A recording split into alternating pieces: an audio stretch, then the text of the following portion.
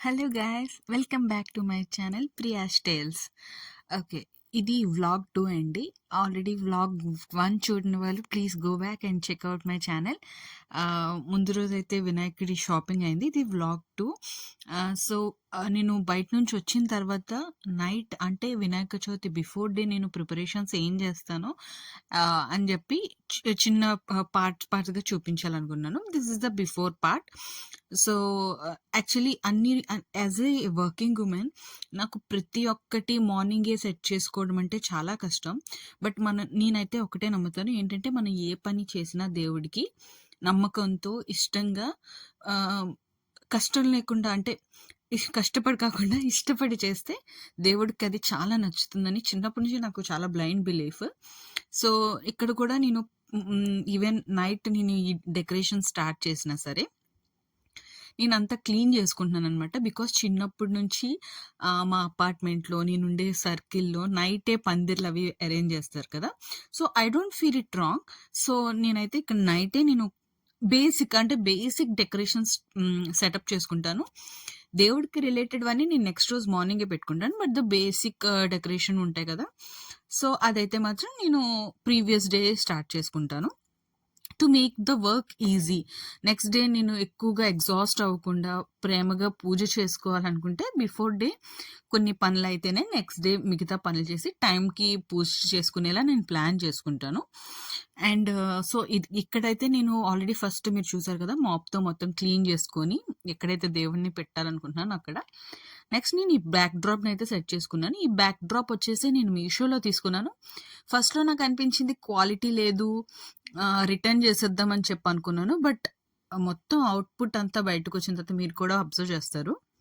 It was so cool and ఎంత న్యాచురల్గా ఉందంటే చాలా మంచి లుక్ ఇచ్చింది. నేను పైన చేసే సెటప్కి వెనక ఆ బ్యాక్గ్రౌండ్ ఇంకా ఇంకా అందంగా కనిపించింది.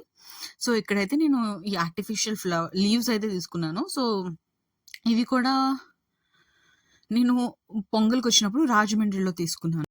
అండ్ లేటర్ ఆన్ లోటస్ చిన్న చిన్న హ్యాంగింగ్స్ కనిపిస్తున్నాయి కదా, ఆ హ్యాంగింగ్స్ కూడా నేను మీషోలోనే తీసుకున్నాను. నాట్ నౌ, బట్ చాలా అంటే లాస్ట్ ఇయర్ దివాళీకి ఆ టైం అప్పుడు తీసుకున్నాను.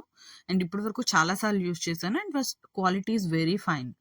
అండ్ వాటిపైన నేను రెడ్ రోసెస్ కూడా పెట్టాను. ఓన్లీ హ్యాంగింగ్స్ అయితే ఆ రింగ్ కనిపిస్తుందని చెప్పి దానిపైన ఆ హ్యాంగింగ్ పైన రెడ్ కలర్ ఆర్టిఫిషియల్ రోజ్ పెట్టాను. అండ్ ఇక్కడ నేను ఎందుకు తలకొట్టుకుంటున్నానంటే చిక్కు పడిపోయింది. నేను లైట్స్ తీసుకున్నాను దివాళీ టైం అప్పుడే తీసుకున్నాను లోకల్ స్టోర్‌లో. It's I think around cost 400.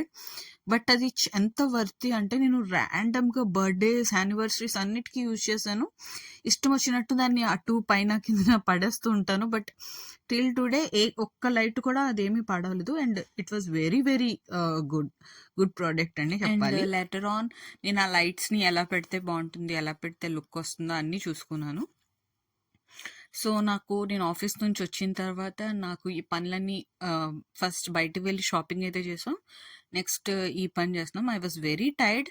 But నాకేంటంటే నెక్స్ట్ రోజు పూజ ఉంది కాబట్టి I don't want any distraction. అంటే పూజలో ఎలాంటి ఆటంకాలు ఉండకుండా దేవుడు చూసుకుంటాడు.